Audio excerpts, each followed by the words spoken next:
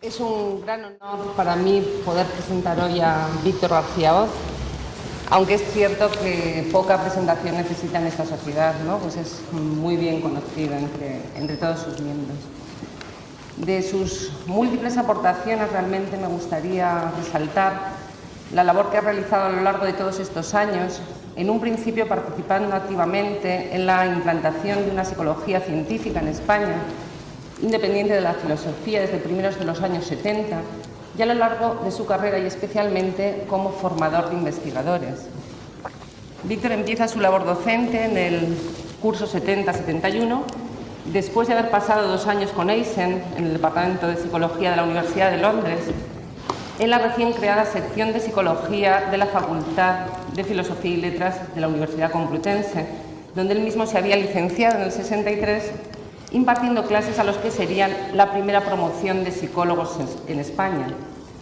Y desde el inicio de su andadura estuvo activamente implicado, como comentaba antes, en la institucionalización de la psicología en España, teniendo un papel destacado en el desarrollo y la enseñanza de la psicología experimental en este país. Como diputado y representante de los psicólogos en la Junta de Gobierno del Colegio de Doctores y Licenciados de Madrid en el 73, jugó un papel fundamental en la gestión y la organización de la sección de psicólogos, cuyas consignas, que no objetivos iniciales, fueron la defensa de una psicología científica y crítica al servicio de la población, el reconocimiento de la profesión de psicólogo y la creación del Colegio Oficial de Psicólogos y la creación de una facultad independiente. Y durante todos esos años, Víctor, además de llevar a cabo, como estoy comentando, una intensa actividad política, publica también toda una serie de artículos sobre el estado de la enseñanza de la psicología en España y por la defensa de una psicología experimental. De hecho, como lo relatan algunos de sus alumnos, algunos de esa primera promoción, como Pío Tudela, o de promociones posteriores, como Luis Aguado, la motivación y el entusiasmo por la experimentación, la seriedad científica y los conocimientos de primera mano que encontraron con Víctor por primera vez fue determinante para que posteriormente muchos de ellos se dedicaran a la investigación. Agradezco de verdad que me hayáis invitado a compartir mis primeros recuerdos con Víctor, a quien siempre soy consciente de estar muy agradecido y muy debido. Víctor era una gran persona y era también un excelente amigo. Yo voy a hablar desde un punto de vista muy personal y desde la experiencia que yo tuve la fortuna de compartir con Víctor durante muchos años en la Facultad de Psicología de la Complutense de Madrid y especialmente en los primeros años, mis primeros años profesionales, docentes y científicos, y yo creo que también los primeros años de cuando se inicia el despegue de toda esta línea de investigación. Yo conocí a Víctor hace muchos años, cuando todavía estudiábamos el bachillerato en los partidos de fútbol que se organizaban en la profesorera.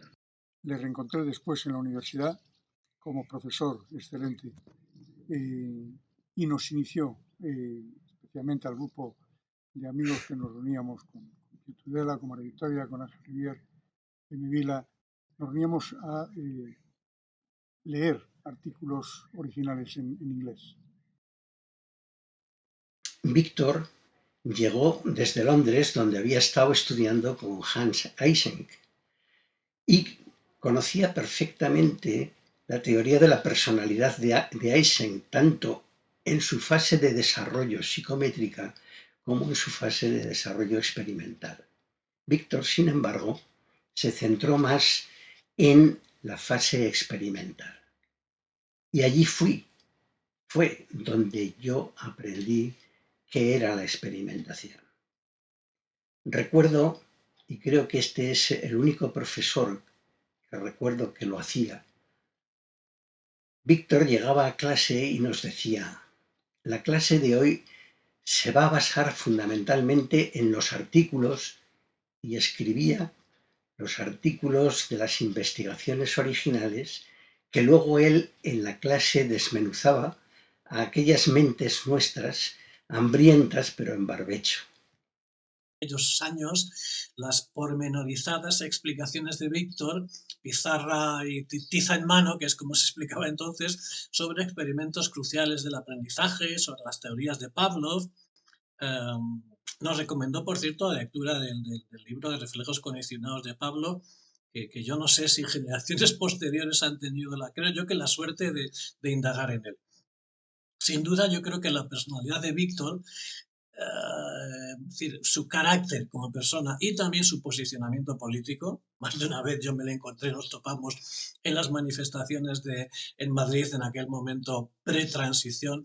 Yo creo que todo eso contribuyó a suscitar en muchos de nosotros un interés extra por el estudio del aprendizaje. Y después yo personalmente coincidí con él en todo lo que fue el movimiento de los PNNs, ya de estudiantes con el Sindicato Democrático de Estudiantes, el SDEUM. Víctor era uno de los profesores en quienes podíamos confiar y de hecho en alguna ocasión recibió algún palo de la policía, las represiones que hacían de nuestros actos de asambleas, etcétera, en la facultad. Y para nosotros fue impresionante ver cómo la fuerza pública no solo nos pegaba a nosotros, sino que pegaba a nuestros profesores. Desde el punto de vista político, el ambiente era de auténtica confrontación con el régimen de Franco. Y esto se traducía en que las facultades estaban literalmente tomadas por las fuerzas de orden público, los grises que llamábamos entonces, dispuestos siempre a sofocar violentamente cualquier tipo de manifestación contraria al régimen. Bueno, Víctor ha sido sin duda un referente personal, profesional. Creo que de las mayores injusticias de todos estos años fue que le negaran la cátedra de aprendizaje a la que tenía más derecho que ninguno de los candidatos. Eso muestra bueno, pues aquellas mafias que se prolongaron más allá del franquismo, ya una vez muerto Franco, en las que desgraciadamente la evaluación de los méritos tenía más que ver con el perfil ideológico que con la competencia profesional e intelectual. Fue para nosotros auténticamente una persona que nos formó, a mí personalmente, inicialmente, en todo lo que es experimentación. Eso es algo que siempre he agradecido a Víctor y además siempre que he tenido ocasión lo he puesto de manifiesto en los foros que me ha parecido oportuno. Pero Víctor era también un amigo. Recuerdo perfectamente cómo con él podíamos discutir tanto ideas políticas como ideas filosóficas, preferentemente de filosofía de la ciencia. Cuando terminamos la carrera, un grupo de los que habíamos sido sus alumnos solíamos reunirnos periódicamente con él para comentar los desarrollos científicos que habían tenido lugar durante aquel tiempo. Ciertamente, él nos dio empuje en muchas direcciones. Nos impulsó también a salir al extranjero, a buscar universidades de categoría donde pudiéramos fomentar y recibir una formación sólida, sobre todo en el campo experimental. Para mí el apoyo de Víctor fue definitivo a la hora de lograr un sueño que finalmente pude alcanzar. Más concretamente, en el campo del aprendizaje asociativo, como todos sabéis, podemos considerar a Víctor como el responsable, como el padre, como más me gusta decir, del desarrollo del aprendizaje asociativo en España, ¿no? Fue responsable de la formación en primera o segunda generación de la mayoría de los que hoy en día nos dedicamos a la investigación en aprendizaje. De hecho, durante la década de los 70, Víctor ya organiza y participa en las primeras reuniones y congresos especializados en condicionamiento y práctica educativa, y a principios de los 80 crea el primer laboratorio de aprendizaje animal en la Universidad Complutense de Madrid, donde realizaron sus tesis un buen número de investigadores, que de hecho muchos de ellos establecerían luego sus propios laboratorios en otras ciudades españolas. Aquí no he conseguido muchas fotos, pero aquí podéis ver una que creo que fue tomada en el Congreso de Almería, donde está Víctor, con no todos, pero sí algunos de los que hemos sido sus estudiantes. Como todos sabéis, fue el impulsor de la primera reunión que se hizo en el año 88 en Madrid, que de hecho esa reunión surge de la necesidad de comunicar los desarrollos experimentales que se estaban llevando a cabo en el resto de laboratorios que, como digo, se habían ido implantando principalmente con la gente que se había formado con Víctor, ¿no? A Víctor todos le recordamos con agradecimiento por lo que supuso para nosotros y por lo que impulsó en su momento el desarrollo de la psicología experimental, de la psicología del aprendizaje hasta los niveles que conocemos y que se puede ver en esta nueva edición del Congreso de la Sociedad Española de Psicología Comparada. Desde luego Víctor fue fundamental para mi carrera, sus clases eran únicas y recuerdo que cuando acabé me gustaba tanto lo que habíamos visto que quise continuar con la tesis. Él me puso en contacto con José Chulinaza, también con Jaime Vila, con Carrobles, y así es como tuve mi primer contacto con la psicología que se hacía en Inglaterra. No solo desde la Universidad Complutense se desarrolló el laboratorio, sino que ocurrió algo mucho más fascinante, diría yo. Y es como también desde la Autónoma, desde la UNED y desde la Universidad de Barcelona se desarrollaron movimientos muy parecidos que han dado lugar a lo que es esta sociedad. Estoy pensando desde luego en Victoria Díaz Chamizo y en Ricardo Pellón. Recuerdo, y me vas a permitir que os la cuente, una anécdota de mis inicios como profesor relacionada con Víctor.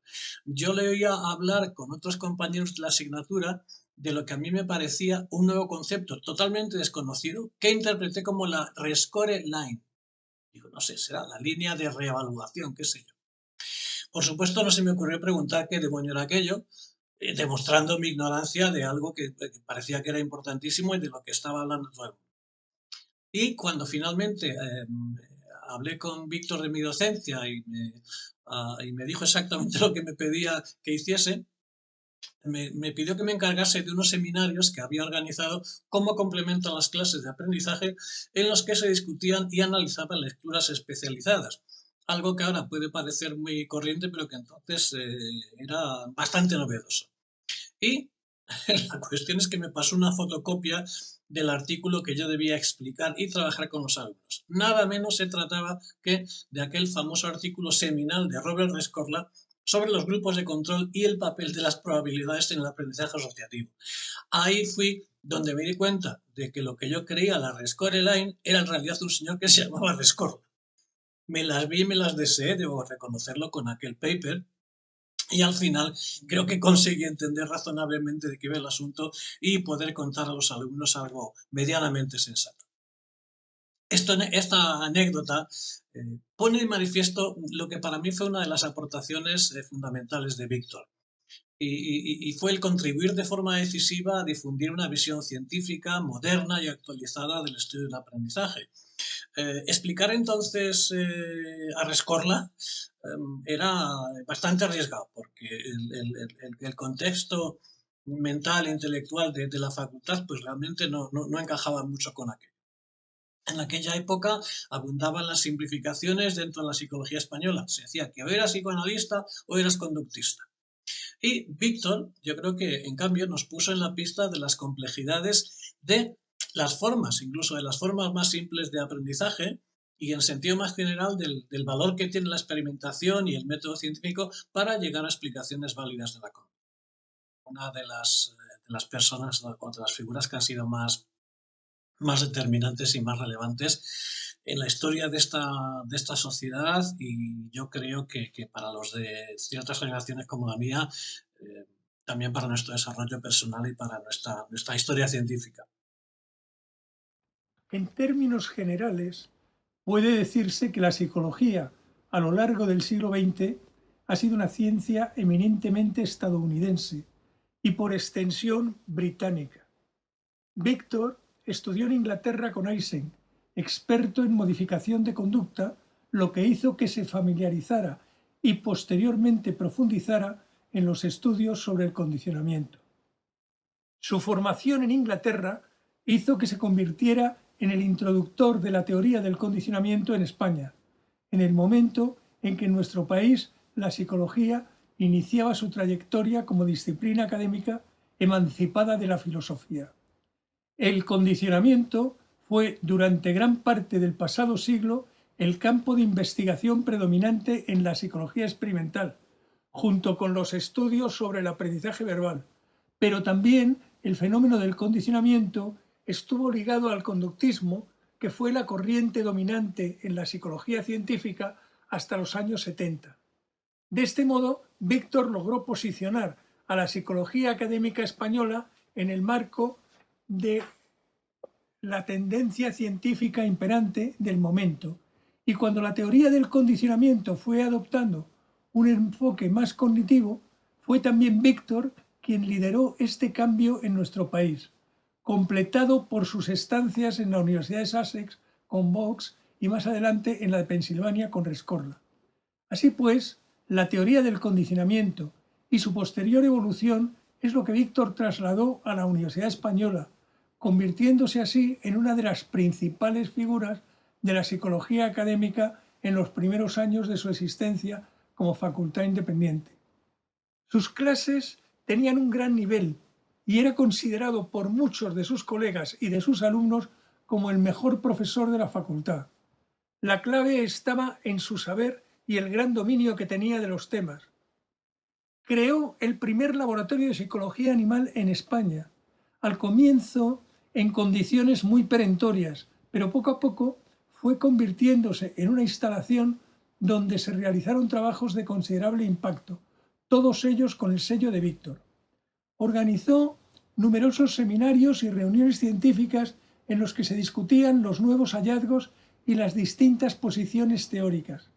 Inicialmente se empezó a reparar en la idea simple de que lo que se asociaba en situaciones de condicionamiento no eran estímulos con estímulos, o estímulos con respuestas, o respuestas con reforzadores, sino más bien lo que se asociaba eran las representaciones mentales de estos elementos.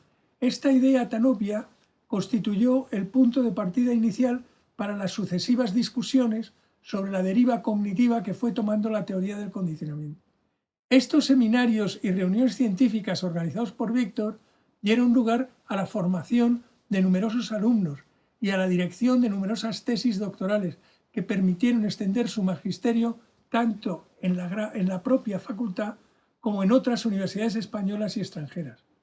Su influencia no se limitó a la difusión de la teoría del condicionamiento, sino que infundía en sus discípulos el amor por la ciencia, de tal modo que algunos de ellos que en sus comienzos se iniciaron en el condicionamiento y en la metodología científica, terminaron por consagrarse en otras áreas de la psicología. En 1985 organizó en la Universidad Internacional Menéndez Pelayo un curso de verano sobre Skinner, en el que participaron algunas de las más relevantes figuras internacionales y que constituyó un hito en la psicología académica de la época. Fue uno de los principales artífices en la creación de la Sociedad Española de Psicología Comparada, en un contexto en el que se discutía la continuidad evolutiva entre los animales y el hombre, derivada de la tradición darwiniana, o la posible brecha evolutiva entre los animales y el hombre que comenzó a abrirse paso con el desarrollo de los nuevos análisis procedentes de la psicología cognitiva. Ha habido, sin embargo, una cierta falta de reconocimiento a su labor, debida probablemente, por un lado, a que, concentrado en su tarea científica, carecía de interés por promocionarse, y por otro, a la envidia y resentimiento que producía su éxito como profesor, como científico y como persona. Muchas gracias. Víctor García Hoz fue uno de los grandes pioneros de la psicología en España, que introdujo, en su caso concreto, pues la investigación más avanzada en condicionamiento clásico. Él tenía una concepción del condicionamiento clásico, muy influida por su interpretación de Pavlov, que en varias conferencias que impartió en la Sociedad Española de Psicología Comparada venía a resumir en el intento de Pavlov de una mecánica del significado. Siempre me pareció que ese planteamiento era muy importante para entender las posibilidades del condicionamiento pavloviano, y siempre me pareció que su capacidad de síntesis era un ejemplo de cómo nuestro trabajo, que es en realidad muy concreto, tenía un alcance enorme. Fue el maestro de nuestros maestros, de los de mi generación, y creo que hizo un gran trabajo. Prueba de ello es la vigencia y la vida que tenemos en la Sociedad Española de Psicología Comparada. Creo que será siempre recordado por esta contribución en el ámbito científico español. Víctor, en tu opinión, ¿dónde situarías los orígenes de nuestra disciplina? Me preguntas que dónde situaría los orígenes de nuestra disciplina. Y que decir tiene que es una pregunta difícil de contestar. ¿Dónde o cuándo o qué influencias? En todo caso, a mí me parece que para nuestra disciplina es fundamental lo que podemos llamar la aparición del concepto de conducta en psicología. Yo creo que hasta finales del 19 o principios del 20 aproximadamente había habido psicología, incluso una cierta psicología experimental, pero sobre cuya naturaleza en última instancia no había mucho acuerdo ni sobre su definición o alcance. Un criterio que puede o no aceptarse, pero que en caso de aceptarse es común a todos y que es un concepto sin duda fuerte. Un concepto fuerte de que lo importante, por supuesto, serán los procesos mentales y todo tipo de actividad interna que ocurra en el organismo. Pero tampoco cabe duda de que el resultado final de eso y a lo que tiende eso es a la conducta. Yo creo que esa es una idea que había pasado, no sé si decir, desaparecida o desconocida durante prácticamente 19 siglos después de Cristo, que antes otros cuantos. Y creo que ahí, en el concepto de conducta, yo situaría gran parte de lo que ha sido el comienzo de lo que constituyó el comienzo de nuestra disciplina. Sin negar, por supuesto, otras influencias, quizá más importantes, y señalando en todo caso que esta es la que a mí me ha llamado muchas veces la... ¿Por qué sigue siendo importante estudiar el aprendizaje en el modo en que lo hacemos? ¿Por qué sigue siendo importante estudiar el aprendizaje en el modo en que lo hacemos? Quizá habría que decirlo primero que partes, o la pregunta que se me hace se parte de la afirmación de que es importante seguir estudiando el aprendizaje en el modo en que lo hacemos. Y quizá uno puede decir que a lo mejor no está tan seguro de que siga siendo importante estudiar el aprendizaje en el modo en que lo hacemos. Yo, de todas formas, respecto al estudio actual y sus últimos desarrollos, en lo que se me alcanza a mí, me parece que el estudio del aprendizaje en el modo en que lo hacemos está cayendo en un conjunto de tecnicismos y de cuestiones que diríamos puramente técnicas en el sentido de detalles de experimentación o similares, ¿no? Y creo que eso no es bueno para el estudio del aprendizaje. Y por otra parte, pues bueno, el estudio del aprendizaje, yo creo que el condicionamiento también ha influido bastante en los etólogos y mucha gente se desvía por ese camino, cómo ciertas conductas de los animales en su medio pueden ser explicadas en términos básicos como los que nosotros empleamos. Y sin embargo eso no implica que debamos seguir estudiando el aprendizaje en el modo en que lo hacemos. Quizá deba conservarse como un aspecto esencial o importante de la disciplina, pero que se abra de alguna forma a otras situaciones y a otras consideraciones. Y quizá, aunque esto siempre es muy fácil decirlo de toda disciplina, quizá que se abriera algo a la aplicación de todo eso que sabemos, pues no sé si decir a la vida humana o a los problemas sociales, etcétera.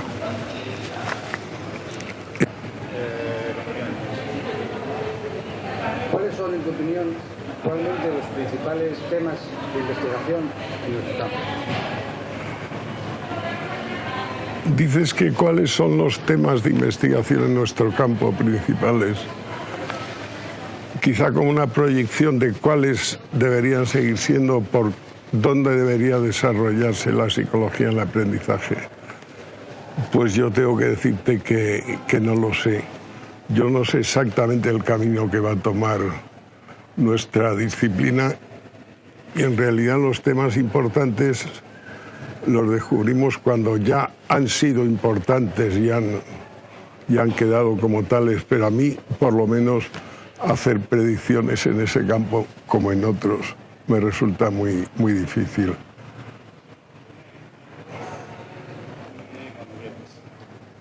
¿Y cómo describirías el principal o los principales temas de investigación en los que tú estás ahora involucrado?